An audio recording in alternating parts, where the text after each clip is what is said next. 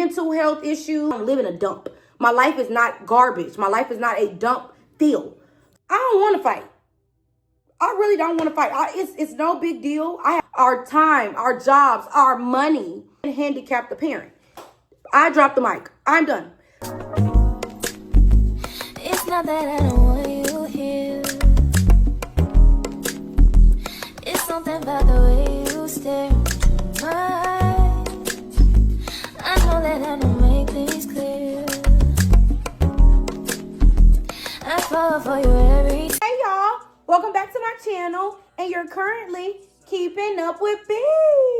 So today I am doing a video that is a much needed video, that is a highly requested video.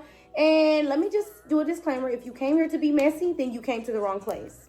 But yeah, make sure y'all like, comment, and subscribe to my YouTube channel. I have not posted a YouTube video in forever, and so now that I am, I want y'all to interact with this, so I can keep doing this. Like, give me some encouragement to keep on doing this. So, but yeah, let's get started. So I know that you guys wanted to know my foster parent experience, and let me just say, it was an experience that I am truly grateful that God did allow me to be able to foster a child for 30 days, which turned into 40 days.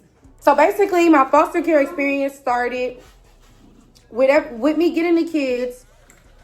I basically got a random call on May 6th and said, hey, this is a situation that's going on. Will you be able to take will you be able to take 3 children? I was like, you know what? I was like, I got to think about this. I got to pray about this, because again, I don't want to make any decisions without God being involved. And so I waited. I called my mom and everything like that. And then I said, well, I won't be able to take all 3 children. I'll take 1, or I'll take 2, and, maybe potentially somebody else. But the goal is unification, and the goal is to keep the kids together. So I told my sister, I'm like, who else would I trust with the kids just as much as I would trust myself? And it will be nobody other than my sister that will be qualified to get the kids. Because, of course, they do background checks. They do everything like that. They make sure that, you are able to take care of these children. You don't have any previous mental health issues or things like that that will give a good foundation and good stability for the children, which is great. And so I said, okay, well, my sister is the perfect candidate. And my sister and I are always together, and we will ensure that the kids are together and safe. Okay, so nobody other than my sister is who, that would make sense for the kids to go. So I contacted my sister. She was like, yeah, but if you got a sister and she down with she with what I'm with. So, and we just knew that this would be like this will be really good for the kids, because for one, we love children, we love kids, we have godchildren that we love so dearly, that we take care of so dearly, and that, we understand everything that comes with children. Now, the thing that they don't prepare you for is a thing that comes with the parents and the courts and just stuff like that. They don't prepare you with caseworkers, dealing with children out of terms, or having to have interviews, or having to be popped up on, and your privacy is invaded. Your privacy does get invaded in a certain manner. So those are things that they don't prepare you for. However, once the kids, so then she said we were qualified and everything like that. So she was like, okay, you guys are perfect. Y'all perfect. So can I bring the kids over in the next hour? So I'm like, okay.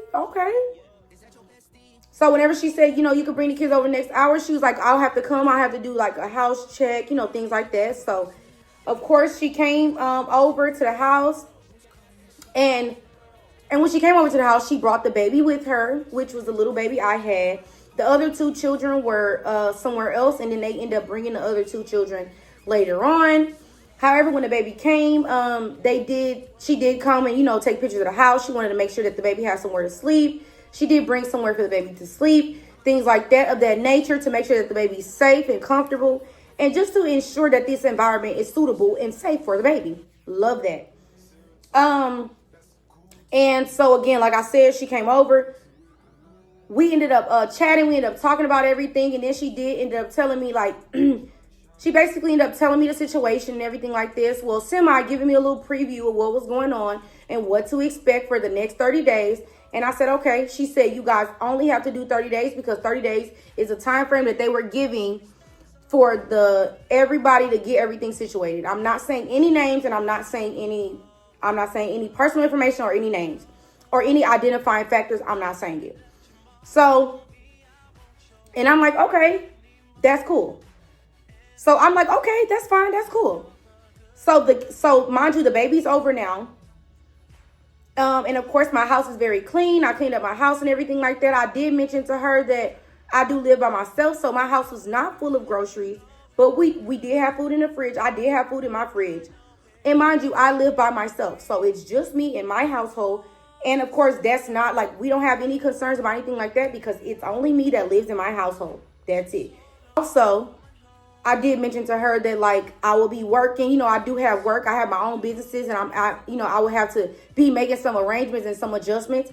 She did assure me that I would have, of course, I would have the cities and the systems full support and everything like that. So if I needed anything, we can always contact, we can always reach, which again, that did not always fall through. That was not always true because again, they tell you something and then whenever you're in it, then it's different. And so I really don't appreciate stuff like that. And of course, I love the kids, but again, you do still too have to think about yourself and your livelihood after these children leave. So they did end up bringing all the kids to my house. And then my sister was able to get the kids and then take them to her house. So they did come over, and that we had a long conversation. They did assure us that they would get them clothes. It was certain things that the kids needed because they came over. They had, I think, a little bag. I don't remember exactly what they had, but they did have a little something. And then everything else they said that they would help us get or we were able to get. The lady did tell me that she didn't want us spending our own money like that. So she was like, whatever you need me to get, let me know. And then I can see if we can help with that. However, she did tell us that the financial, she did tell us that it was on the parents if they wanted to help us. However, there's a thing because I started looking up videos and stuff like this, just getting a background information within that hour before the baby arrived to my house. And I did hear a lot of it would be like that like you caring for the child or you loving the child or you providing a safe, thriving environment and home for the child, it can handicap the parent. It could make the parent, because the parent knows, okay, my child is in a safe place. My child is safe. My child is this. My child is with this person. My child is happy. My child is this. So it takes away, it draws their responsibility away from them. So it makes them feel like maybe they don't have to act or they don't have to do or they don't have to show up or they don't have to still be active or be adamant about their children. So that was one of the things that I ran into. And then, like I said, the kids came over and then the rest is literally history. And that was that. Of course, we loved them. We enjoyed ourselves. We spent so much time. Girl came over. I know I did want her to gain some weight. And I did want her to grow her hair out. And those two things, that happened. I'm satisfied. I know when baby girl came over, she didn't have any teeth. Now she has 2 teeth in the bottom. Also, when she came over, she wasn't intaking table food well. She takes in table food pretty well now because my sister and I and my family would, give her little fruit and stuff like that as much as she could take, as much as she could obtain, and that's what we would do. Also, she knows how to roll over now. And I know that she was having like sleeping issues. She wasn't sleeping that well and stuff like that. But now she sleeps well. Everything is great. And so I'm satisfied with her being over. I'm satisfied with everything that happened in the time. I'm grateful that God did position my heart posture. Because again, you have to understand that was just dropped on us. And that was like, hey, could you do this for us? Or could you do this? And then you have 30 days. 30 days is all you said. 30 days is all we signed up for. 30 days was what we said. Now the extension happened. And I low-key feel like it's like whenever they see, okay, this is a good caretaker. You're taking very good care of the children. You want to, sometimes people like to extend or you continue to use the resource. They want to continue to use the resource because they're like, okay, you're doing this. And then it takes off the workload. We know the kids are safe. We know that they're great. And again, we get endless amounts of visits. contacts, which is fine. That's all fine and dandy. But it's difficult when you're trying to, of course, adjust your household for our children, for one, because we're single girls and we don't have children. We don't have any attachments. So when we don't have, like I said, any of our own biological children. So we are adjusting our households. We're adjusting our heart postures because, again, we're sacrificing our time, our jobs, our money because we did not get paid for it at all. We were not getting any financial assistance. And so every time you do mention financial assistance or you do say something, it's an issue. So again, that was my part of it. Like I said, I enjoyed it. I loved every bit of it. I love the children. We love the children. We've had time with them. We've made endless counts of memories. And the thing is that it's never the children. The children were great. Like they came in, we got them on routine. My sister was able to get the kids on routine. I was able to get the baby on a routine. Like we were sleeping at a certain hour. We wake up at a certain hour. She knows that she's going to be fed in a timely manner, in a routine. Her diaper, which everything was great. She was great. We adapted very well, but it don't be the kids. And so when you have to understand that, again, like I told y'all, because it's not the kids, you are dealing with other adults that sometimes don't have understanding, other adults that could be upset, they're angry because situations. And again, this has nothing to do with my sister and I. So it's a lot of baggage. And that's like you literally going to somebody's house and somebody calls you and say, hey, can I bring this over here? And then not only are they bringing this one thing, they're also bringing their trash bags. They're bringing their garbage and they leaving it in your house. Nobody's going to like that. Nobody wants because I don't have a dump. I don't live in a dump. My life is not garbage. My life is not a dump field. So, of course, I'm going to feel a type of way whenever somebody is bringing garbage in the environment. And then when you try to be a kind person, people can take your kindness for a weakness, or you give an inch and then somebody takes a mile, and then now you're being talked about, you're being lied on, you're being mistreated, you're being misused. And then out of the whole thing, you never get a thank you. I dropped the mic. I'm done. So with all of that being said, I'm great. Again, it was never the kids. We love the kids. And maybe we could, in the future, we'll be able to hang out with them, see them, maybe throw a birthday party, maybe go to their birthday parties if we're invited. We love to stay a part of their lives, love them, and continue to nurture. And of course, we prayed over these children, so we know that even if whoever don't do what they supposed to, God is going to take good care of them. Because before they were formed in their mother's womb, they were God's children. And so you can't beat that. We prayed over them. We taught them how to pray. And so you can't beat that. They've learned things, and they've learned valuable life things that will carry them for the rest of their lives from being with us for 30 plus days. And that's a blessing. You can't beat that. And so, yeah, like I was saying, at the end of the day, we did what we could. We did our best with what we had, and we're grateful for that. We're grateful that God put us in position to be able to provide for them, care for them, love them, nurture them, pray for them, make sure that they have 3 meals a day, 2-3 snacks a day, go to the park, get some physical exercise. Because again, you may think that these are just children, but these kids endure just like any human. Humans, they endure physical strain, mental strain, emotional strain, spiritual strain. And they may not even know what they're going through, or kids they can't really piece it together. But it's important for adults to be able to identify what is what and what is going on.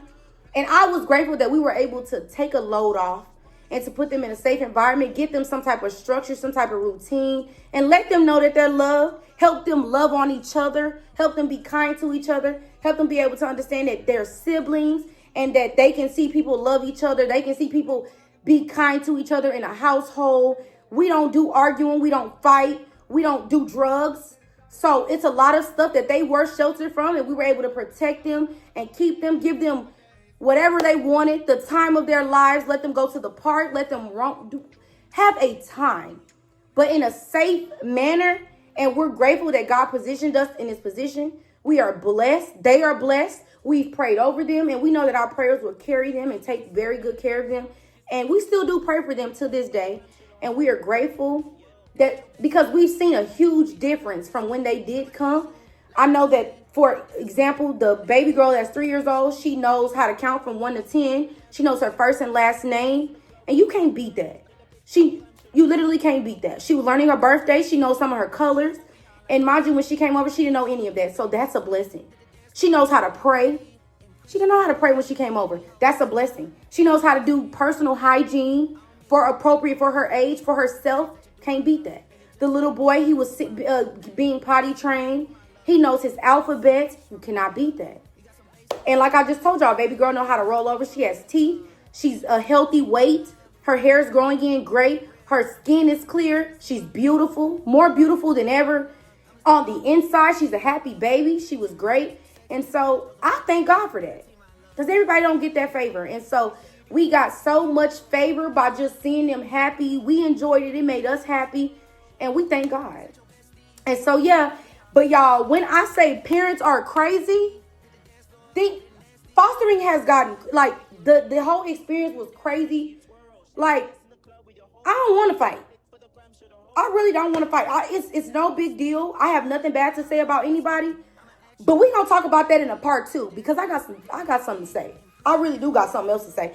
But I'm gonna let it be, and I'm gonna let y'all know whatever I gotta say in part 2. So y'all come back for the next video. But I love y'all. That wraps up this video, and I hope y'all enjoyed it. And let me know what y'all think down in the comments. And yeah, no, I'm not a Kardashian, but you're keeping up with me. Bye. Mwah. It's not that I don't want you here. It's something about the way you stare.